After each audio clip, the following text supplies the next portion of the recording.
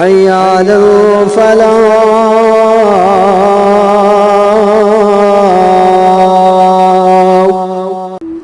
السلام علیکم ورحمۃ اللہ وبرکاتہ۔ آج میں آپ کو حضرت صالح علیہ السلام کا واقعہ سناتا ہوں۔ قوم سمود قوم عاد سے 500 سال بعد آئی۔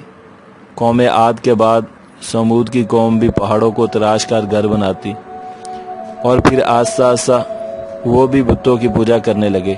تو اللہ تعالیٰ نے حضرت صالح علیہ السلام کو بھیجا تاکہ وہ ان کو سمجھائیں اور ان کو راہ راست پر لائیں۔ حضرت صالح علیہ السلام نے قوم کو ایک اللہ کی دعوت دی اور بتوں کی پوجا کرنے سے منع کیا۔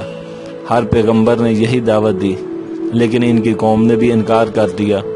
حضرت صالح علیہ السلام کو چیلنج کیا، اگر تو سچا ہے تو کوئی معجزہ لے کر آؤ، معجزہ ہماری مرضی کا ہونا چاہیے، پھر ہم ایمان لے آئیں گے۔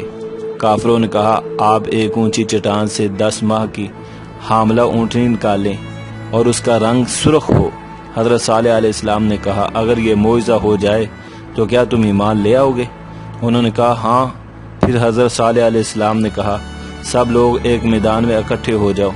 پھر ایک دن سب لوگ جمع ہو گئے تو حضرت صالح علیہ السلام نے اللہ تعالیٰ سے دعا کی تو ایک چٹان پھٹی اور اس میں سے ویسی ہی اونٹنی نکلی جیسا انہوں نے کہا تھا۔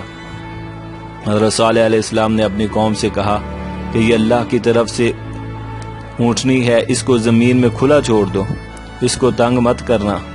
وہ اونٹنی سارے کنویں کا پانی پی جاتی، ان کے مویشی پیاسے رہ جاتے، چراغاں میں ساری چراغاں چر جاتی۔ حضرت صالح علیہ السلام نے ایک دن مقرر کر دیا اونٹنی کے لیے، اور ایک دن قوم کے جانوروں کے لیے مقرر کر دیا گیا۔ اس معجزے کو دیکھ کر بہت تھوڑے ایمان لائے۔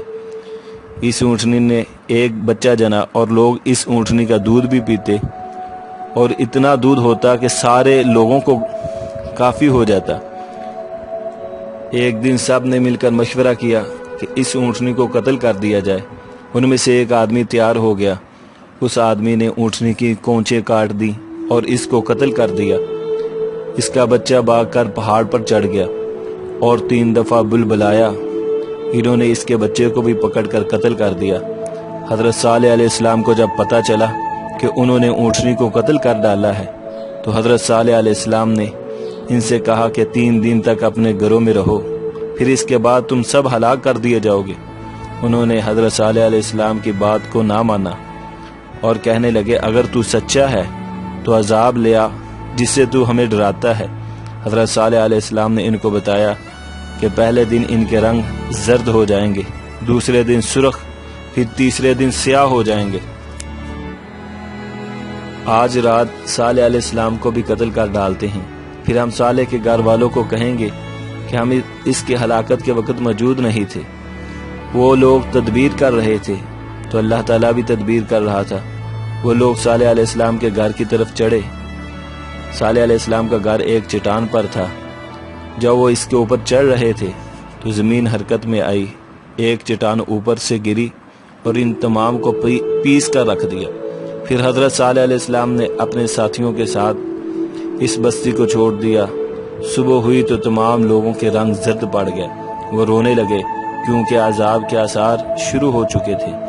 دوسرے دن لوگوں کے چہرے سرخ ہو گئے اور تیسرے دن سیاہ ہو گئے۔ اپنی ایسی حالت دیکھ کر سب رونے لگے، وہ اپنی قبریں خود کھودنے لگے۔ باقی قوموں کو ایک عذاب آیا اور قوم سمود کو کئی عذاب آئے، کیونکہ انہوں نے معجزہ دیکھنے کے باوجود بھی ایمان قبول نہ کیا۔ عذاب کی ابتدا زلزلے سے ہوئی، جس کی وجہ سے وہ اپنے گھروں میں اوندے پڑے رہے اور حرکت بھی نہ کر سکے۔ پھر آسمان میں ایک کھڑکا ہوا جس کی آواز نے ان کے بھیجے پھاڑ کر رکھ دیے۔ پھر اللہ تعالیٰ نے حضرت صالح علیہ السلام کو اور ایمان والوں کو عذاب سے بچا لیا۔ نبی کریم صلی اللہ علیہ وسلم اپنے ساتھیوں کے ساتھ قوم سمود کی بستی سے گزر رہے تھے تو اصحاب نے وہاں کے کنویں سے پانی بھرا اور برتن لے لیے، تو نبی کریم صلی اللہ علیہ وسلم نے فرمایا ان کے برتن توڑ دو اور پانی کو بہا دو۔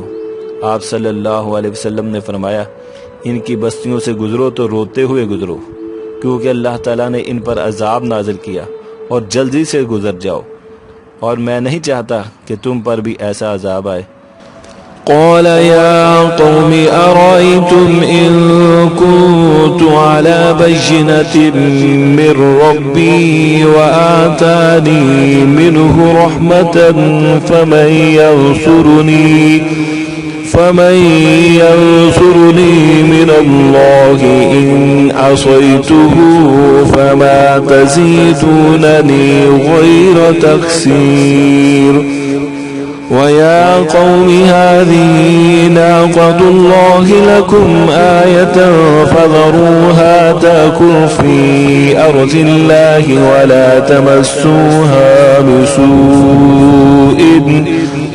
ولا تمسوها بسوء فيأخذكم عذاب قريب فعقروها فقال تمتعوا في داركم 3 أيام ذلك وعد غير مكذوب فلما جاء أمرنا نجينا صالحا والذين آمنوا معه برحمة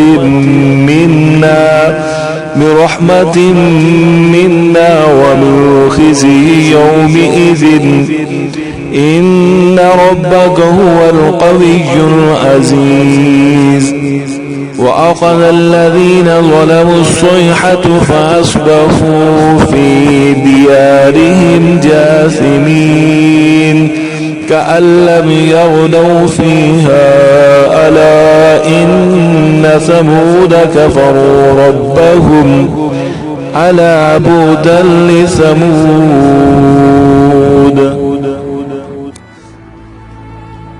اللہ تعالی ہم سب کو اپنے حفظ و ایمان میں رکھے۔ والسلام۔ أشهد أن محمد رسول